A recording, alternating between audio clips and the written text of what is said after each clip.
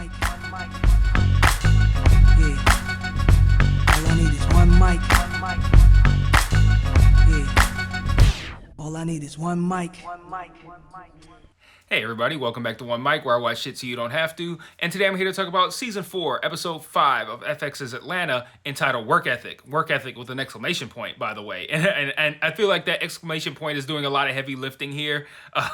I think it's meant to speak to the style of filmmaking that the subject of this episode is referring to. But let me read the episode description real quick before I get started, and then we're going to talk about this episode. So the episode description in Hulu says, one time I was going to be an extra on this TV show, but then they started asking me about social security numbers and taxes and being up there at 5 a.m. I know y'all ain't doing that with Taraji. Interesting. So work ethic, like I said, with an exclamation point, is referring to, actually, I think it's pretty obvious that it refers to everything that we see in this episode, like the work ethic of the staff, the work ethic of Lottie and Van, the work ethic of Kirkwood Chocolate. Like, it refers to all of these things, but I also, like I said, I think the exclamation point here is done to speak to the kind of the over-the-top kind of presentation and the style that you get with a Tyler Perry production. You typically don't see movies with exclamation points in the title, but this is a strange episode because I feel like, on one hand, this episode serves as more evidence of the criticisms that I've kind of levied against this show as of, this season and last season, where, I say, like, a lot of it relies on getting the reference.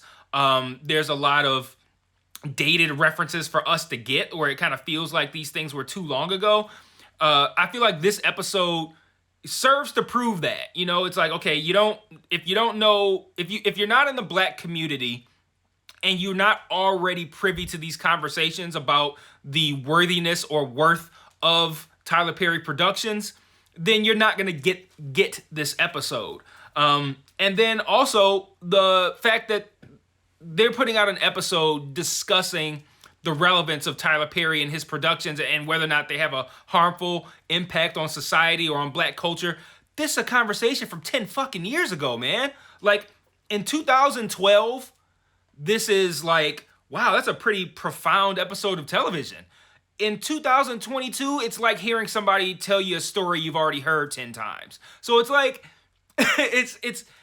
it fits into all of the criticisms that I've levied against this show this last season and a half. But at the same time, I'm building up to what sounds like me shitting on the episode. But at the same time, there's a lot of interesting questions and points that are put forth in this episode that I think are worth discussing and that I think the show covers really well. The episode covers really well. So I want to talk about some of those things and talk about some of the, give some thoughts at the end that just kind of, random thoughts of things that I thought were funny or whatever.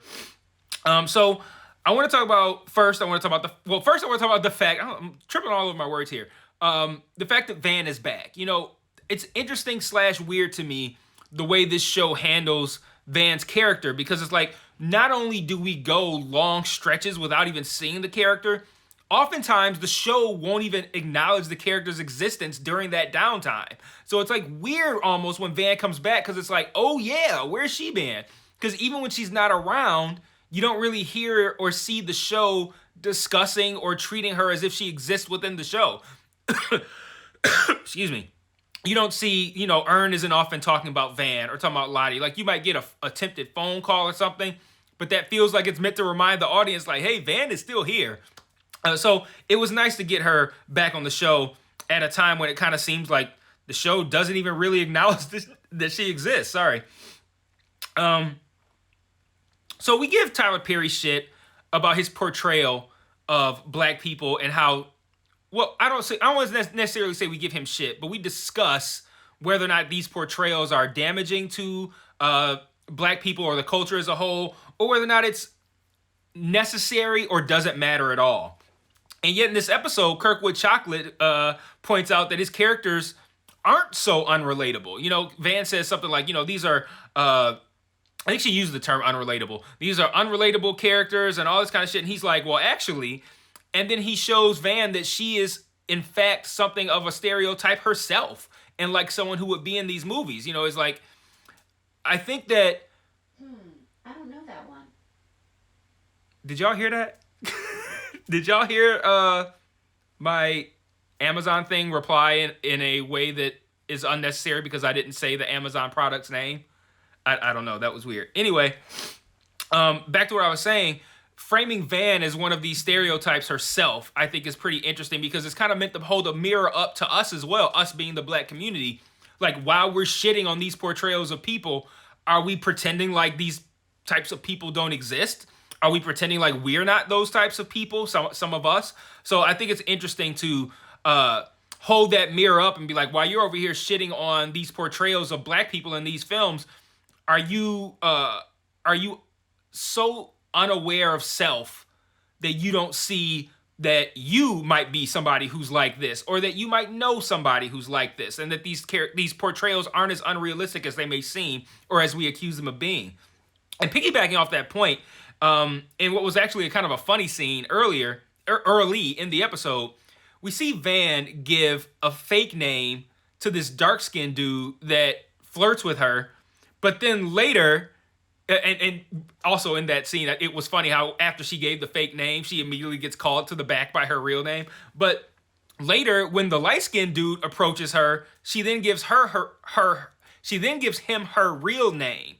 And I thought that was interesting that the dark-skinned dude got the fake name, the light-skinned dude got the real name. But I let it go because, piggybacking off of that point, it was interesting that even though both guys, I think, flirted with Van respectfully, the black guy got the fake name and the light-skinned guy got the real name, and the dark-skinned guy was being like mad ghetto, like dropping mad M-bombs, being loud, being uncouth in the waiting area.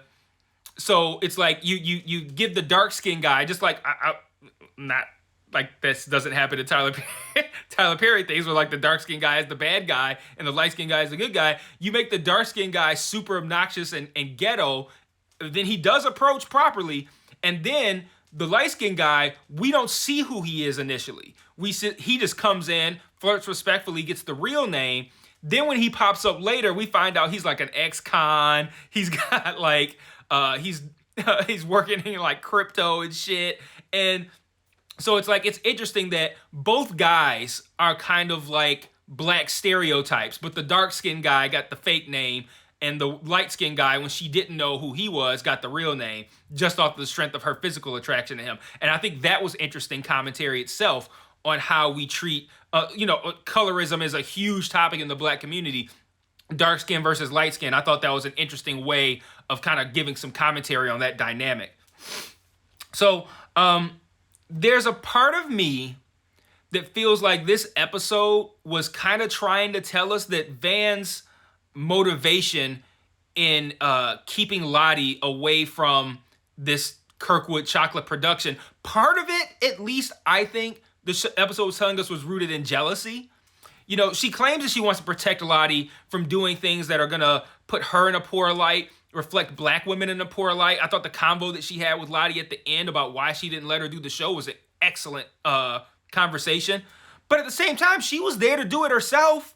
So like, how shitty do you, and you knew what it was when you went there. So it's like, you know, you want to shit on the production and everyone involved in it and how ghetto it is and how poorly it represents black people, how you don't even like his work, but you there to be in it.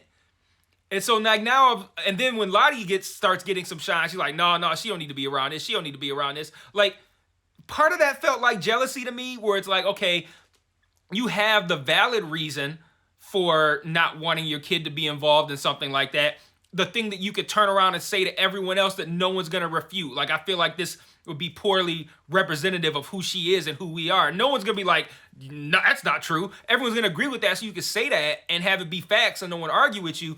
But at the same time, she was going to do it. And it seemed like every time somebody was saying something nice about Lottie, she like felt away. She seemed like she wanted, it was less about, hey, Lottie, if you're uncomfortable, let me know when you want to leave. It felt less about that and more about putting the idea of discomfort in her head to try to convince her to want to leave. Like, you know, just like Lottie never showed any signs of dissatisfaction. But Van is like, you know, if you got a problem, just give me a thumbs down. Or, you know, if you want to leave, just let me know. Like, constantly just putting it in her head, the idea of wanting to leave, which Lottie had no issue with being there or being involved in that. So like it felt very rooted in self and less rooted in Lottie's best interest. So the fact that to me that's kind of ambiguous, Van's motivations, I liked that. I also like the convo about black awards. You know, they're like, you know, his productions might be shitty or they might be goofy or whatever, but they won this many NAACP awards, they won this many BET awards, and she's like, black awards, and then she's like, oh, only the white ones matter? So it's like, again, both sides of that conversation are interesting to me. The idea that, yeah, he won awards, but he won awards that aren't respected nationally, internationally. Whereas like no one's looking like a 8-time BET award winner on the fucking Emmys. Like no one's like, that's not something that people are putting in their resumes or that are being announced. Well, they might put in their resumes, but when they're being introduced, you know, they're not gonna have somebody walk up on the stage at the Oscars and be like 8-time BET award winner. Like no one's gonna do that.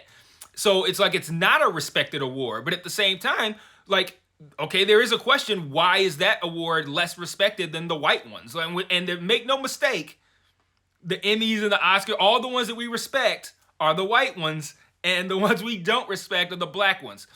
And that's as evidenced by the fact that black people hardly ever win those fucking awards anyway. So it's like the conversation of, you know, the awards that he wins, are they less important than the white awards that he doesn't win? And I think that's an interesting conversation. But at the same time, am I going to look at winning a whole bunch of BET awards as validation that you made a good product or you made something that's good for our community or that you did something that was impactful? No, just you won a fucking BET award. That don't mean shit. So it's like you get both sides of the argument. But, you know, kind of piggybacking on that, piggybacking on a lot of points here, talking about the awards and them not being indicative of you doing something to help the community, there's also kind of a point here where where we see the crew, right? And Van talks about this, and a lot of the people who work hard to talk about this, about wanting black people to win, giving black people opportunities, all that kind of stuff. And we see a lot of this staff being black, but at the same time, we see them being largely unhelpful, unprofessional, not really knowing what's going on, you know, like unfit for the job. And so then that kind of raises the question. It's like, okay, if you're Tyler Perry and we collectively as the, I don't want to say fandom, but like, you know, we collectively as the people who take in your content, if we look at that and we go, he's giving black people opportunities, and that's a good thing, which it is, that's one side of the conversation or equation. And then the other side of it is, though, like, how good is it if you're giving opportunities to people, but they can't do the role, they can't do the job? So now somebody who shows up like Van and is freaking out because she can't find her daughter, and now all this staff is incapable of helping her because they're not fit for the job because they got the job just because they're black. So it's like, you know, you get these interesting kind of like weighings against each other, like which thing is it, which thing's more important. And I like that conversation. I like the fact that this episode is creating that conversation, because a lot of the stuff, like, you know, when you talk about Tyler Perry shit, it's easy to you know, crack on the wigs, you know, crack on the way black men are portrayed, the way, you know, the stuff about AIDS or religion, like the way he portrays these things, it's easy to crack on that stuff. But at the same time, it is interesting to have these kinds of conversations. When we talk about the black people being given opportunities on the crew, is that a pro that they were given opportunities on the crew? Is it a con that because they were black, they were given opportunities on the crew, but they can't do the fucking job? Or does it even fucking matter? Like those are conversations that I think are interesting. So, and the last thing that I thought was an interesting topic to discuss from this episode is when Lottie says, aren't you supposed to be protecting me? Isn't that what mothers are supposed to do? And it drives that final decision and conversation that happens at the end. I think if Lottie doesn't say that, and she doesn't say it to Van, by the way, she says it within the show that she's working on, and Van sees it, you know, I think that pushed Van to have that conversation that she had at the end and to pull Lottie out of that situation with Kirkwood Chocolate and this 6-season deal. But I think the fact that Van needed to hear that sentence to like really escalate her action, again, I think kind of speaks to the idea that it's less about protecting her. It was, at least up to that point, less about protecting her and more about, I think, jealousy. Like, and the jealousy, if that's true, I'm never gonna find out. It's so subtext if Van was jealous that I don't think it's anything that you could point to and be like, that confirms she was a little jealous or that confirms she wasn't. It might be just me reading too much into it. It might be something Donald or Stephen Glover put into the show that they wanted to have this conversation. I don't know, but the fact that it's something that was sparked in my mind based on Van's behavior and as a conversation, again, that I think is worth having, I think is well done by this episode. So like I said, to kind of wrap up before I get into my final thoughts, I just talked about I numbered them on my notes, 8 different points that I made 8 different points about things that I thought this episode either did well or conversations that it's bringing to light that I think are interesting and or that need to be had. But on the downside of it, it's still fully and wholly reliant on getting the Tyler Perry reference. And to be clear, I don't care if white people don't get the black references, but I do care if the reference is too narrow. So if you look at last week, the D'Angelo shit, that's a very narrow field of people who is going to get that reference. And the whole B plot of your episode relies on that. Because if you don't get the references, then it's not going to hit for you. Whereas you look at the Teddy Perkins episode from, what was that, season 2, everybody's going to get a reference to Michael Jackson being a fucking weirdo. So it's like when you do it that way, if it relies on the reference, and it's a reference that, even though Michael Jackson and his dynamic is a more hotly contested topic in the black community, that's something everybody worldwide is going to see that and be like, that's supposed to be Michael Jackson. Oh, Michael Jackson was a fucking weirdo. Like, everyone's going to get that reference. Virtually nobody. And I know about D'Angelo. Like, I remember How Does It Feel? I remember how that video, what that did for his career. I remember the fact that I ain't really seen him since. But, like, that was still too narrow of a reference for me to get. So the whole D'Angelo portion of that episode was lost on me. So it feels self-indulgent to have these references to things that only a few amount of people are going to get. It feels like they're making the show for themselves at times rather than making the show for an audience. Because I feel like they're looking at this shit and going, like, oh, you remember when D'Angelo did this or whatever? And they're like, oh, that's hilarious. Like, they're all collectively laughing at it and not acknowledging that what they're referring to is gonna be met by such a narrow audience when you have, 1 million people watching this show. If 18 people get the fucking D'Angelo reference, then you made a shitty episode of television. I'm sorry. Like, it might be well produced, well made, well intentioned, have a great, a poignant message, all that kind of shit. But if only 18 people are gonna get it, and it's made for, 1 million people and all these people who are watching it, and it's not going to connect with the audience, then I feel like you fucked up. Because no matter how great of an episode you made, if it doesn't connect with 99% of your audience, then guess what? You didn't make something worth making. Like, you made it for yourself and not for the audience. And to be clear, I'm not even shitting on the idea of making something for yourself. Like, Quentin Tarantino admits to doing that all the time. He one time admitted that he does that all the time, that he makes movies for himself. And it just so happens that the movies that he likes are movies that I like. The difference is, making a movie that you like, it may or may not be liked by a whole bunch of people, but it's probably gonna land because just making a movie is something that's gonna resonate with everybody. Everybody will go see it because of the Quentin Tarantino movie. Some people like it, some people won't. They're all gonna get it. They might not get some of his references, but his references, the quality of his filmmaking and whether or not I like his movies isn't reliant upon whether or not I get like, oh, I remember that from Sergio Leone's Once Upon a Time in America. Like, I see his movies and I get a lot of those references. Like, oh, that's a reference to the Pope movies. So I'm like, I get that shit, but my enjoyment of the movie isn't reliant upon that. That D'Angelo episode, or that episode that had the D'Angelo stuff, was heavily reliant on understanding that.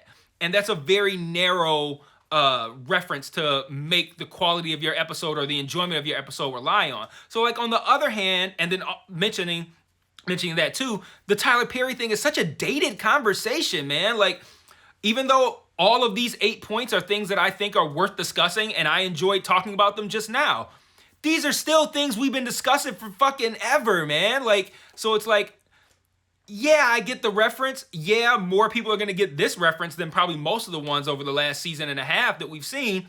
But even now, even when we get it, it's a conversation that we've already been having for a long time.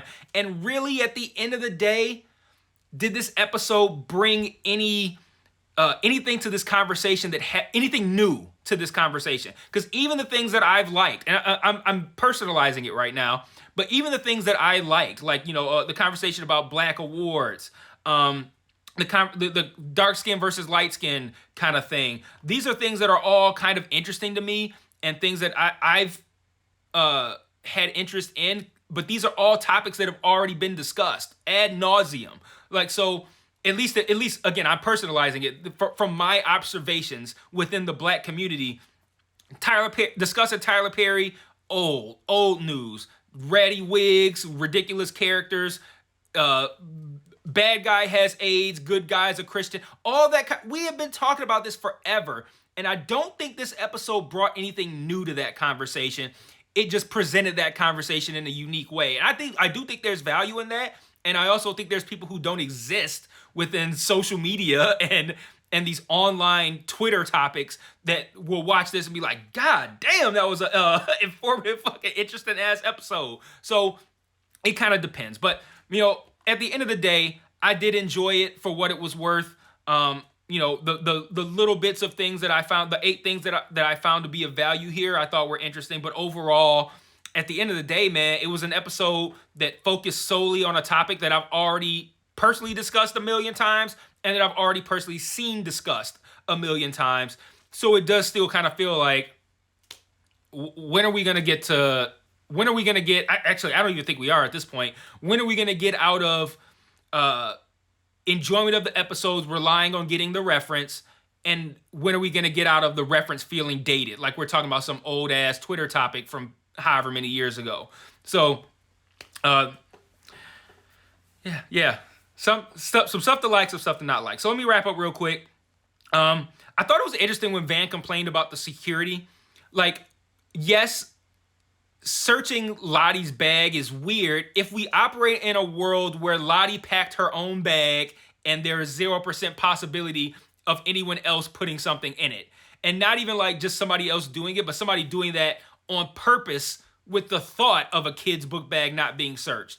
So like complaining about like, oh, she's just a kid. Like, Van, are we going to sit here and play stupid with each other and pretend like it's an impossibility that if someone wanted to sneak something onto this set, that putting it inside a kid's backpack is a good fucking idea? Like, don't play dumb. Like, okay, yeah, did Lottie put a gun in her backpack? No.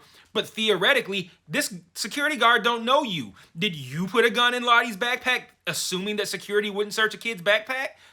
It's feasible. If I'm security, it's feasible. So like, it was weird complaining about the security, but that's me nitpicking. I liked how at that same entrance, in that same scene, all the like posters on the board were like were like these shitty broken family kind of movies and shit. Is going in, I'm thinking like I hadn't pieced together that it was meant to be a Tyler Perry thing in the opening scene, but I noted the posters that were above that entrance, and I'm like, I see a theme here. So I wonder where this is going. I thought it was funny when I can't remember what he was being asked, but one of the people that worked on whatever it was that Lottie and Van were doing, she mentioned about complaints about fixing stuff in post, and she's like, they really want us to try to fix as much as we can in pre. And then all you hear is like the static of the intercom being pushed, and then it stops, and she's like, all right. Like the fact that him pushing the button and not saying anything was an answer, I thought that was really funny. And then when we get to when Van ultimately confronts Kirkwood Chocolate, who I didn't know, I had to look it up, but I'm like, clearly this is someone who I should know that is in a lot of makeup and prosthetics. And I looked it up, and it's actually fucking Donald Glover and that Kirkwood Chocolate fucking whatever that was costume. But I love when in typical, this scene was something that would be in a Tyler Perry movie. You think like somebody's pushing up on you too hard, you're getting scared. Of course you're gonna throw hot grits on the motherfucker, because of course you're by a stove that has hot grits sitting on it because it's a Tyler Perry movie, right? And she throws the hot grits on me. It's like, grits don't work on me. I built up a tolerance. That was one of the better lines of this whole show. Like, for some reason, grits building up a tolerance to having grits thrown at you is like that. Whoever wrote that, my hat is off to you. It's probably Donald. And then we hear Van referred to as Miss Kiefer, and I wonder, have we heard her last name before? I don't know. That stood out to me. I'm like, Van Kiefer? Like, I feel like I haven't heard that before. Anyway, that's my thoughts on the episode. Let me know what you thought in the comments. Let me know if you've heard Van's last name before. But let's talk about both the questions that are raised here, but then also the necessity of them. Like, does this feel timely? Does this feel important? Does this feel necessary? Because at the end of the day, I think these are all interesting questions and conversations that this episode brings up, but I feel like they're not necessary. They're not important. They're important, but they're not necessary, and they're not fresh. They're not new. These are things that we've been discussing for a smooth decade plus at this point. So let me know what you think, and I will see you guys next week for episode 6. Peace.